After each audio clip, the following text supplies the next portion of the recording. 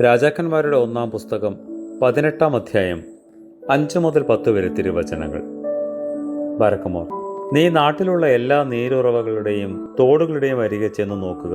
മൃഗങ്ങളെല്ലാം നശിച്ചു പോകാതെ കുതിരകളെയും കോവർ കഴുതുകളെയും എങ്കിലും ജീവനോടെ രക്ഷിക്കുവാൻ നമുക്ക് പുല്ല് കിട്ടിയേക്കും എന്ന് പറഞ്ഞു.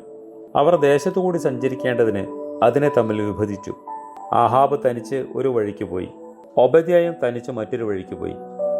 ഒബദ്യ വഴിയിലിരിക്കുമ്പോൾ ഏലിയ നേരെ വരുന്നത് കണ്ടു. അവനെ അറിഞ്ഞ് സാഷ്ടാംഗം വീണു. എൻ്റെ യജമാനനായ ഏലിയായോ എന്ന് ചോദിച്ചു. അവൻ അവനോട്, അതെ, ഞാൻ തന്നെ. നീ ചെന്ന് ഏലിയ ഇവിടെ ഉണ്ടെന്ന് നിന്റെ യജമാനനോട് ബോധിപ്പിക്ക എന്ന് പറഞ്ഞു. അതിന് അവൻ പറഞ്ഞു, അടിയനെ കൊല്ലുവാൻ ആഹാബിന്റെ കയ്യിൽ ഏൽപ്പിക്കുവാൻ അടിയൻ എന്തു പാപം ചെയ്തു?